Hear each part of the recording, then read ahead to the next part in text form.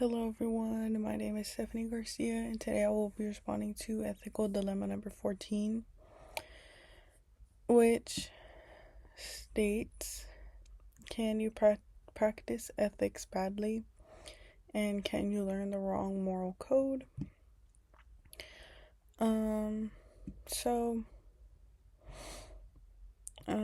this week obviously we got to use Queen Bee by Flavia Monteiro. Sorry if I say that wrong. And Being Virtuous and Doing the Right Thing by Julia Anna. And so, first question is, can you practice ethics badly and can you learn the wrong moral code? Um, my answer is yes. You can practice ethics badly and you can definitely learn the wrong moral code. Both texts show this, but in Queen Bee, it shows it more. So, ethical habits come from patterns of behavior that we learn from the people around us. But if the people around us themselves are unstable or harmful or trapped in destructive patterns, the moral code we inherit can be distorted. In Queen Bee, the narrator grows up believing that managing someone else's anger is her ethical responsibility.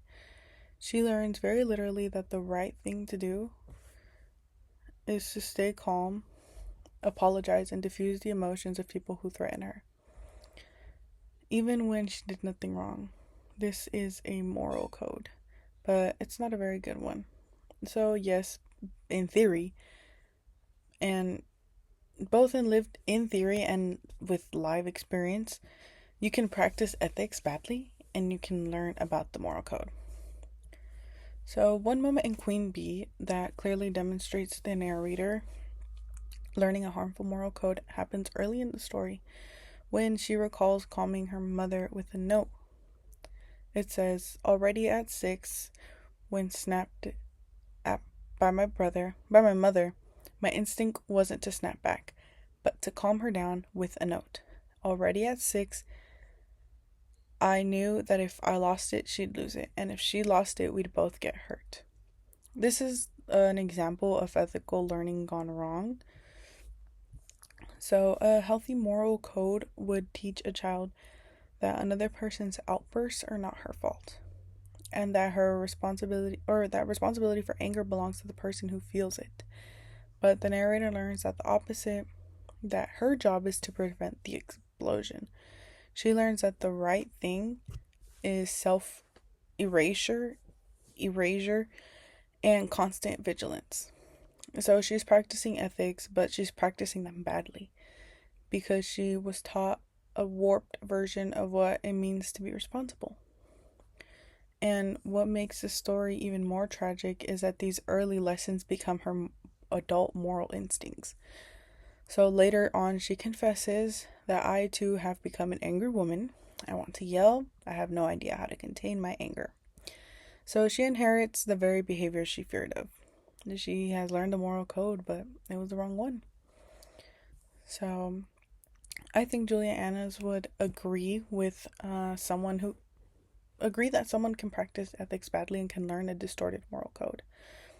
But she would explain it in a very specific way. Annas argues that moral learning begins with imitation, but we don't automatically get it right. She says we start as learners, absorbing rules and behaviors from our families and cultures. But she warns us that these starting points are often conventional, shallow, or even incorrect. A quote from Annas says, we all start with some conventional grasp of virtue that we pick up as we grow up from parents, teachers, and so on. As we progress in virtue, we do these things as a virtuous person does them, with understanding. So Annas is making an important distinction that beginning with moral habits are not real virtue. They can be mistaken, conventional, and morally defective. Being virtuous requires development, reflection, and understanding.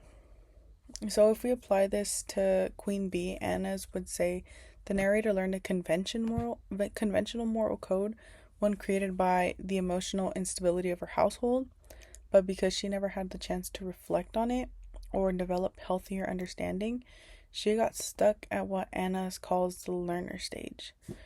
Anna would agree that the narrator is failing ethically because she is a bad person. She is failing because she's never received the developmental space to grow past the damaging early lessons that she learned. So yes, Anders would fully agree with that a person can learn the wrong moral code, but she would add that virtue requires growth, and without the opportunity for that growth, moral learning can become twisted or incomplete. Thank you.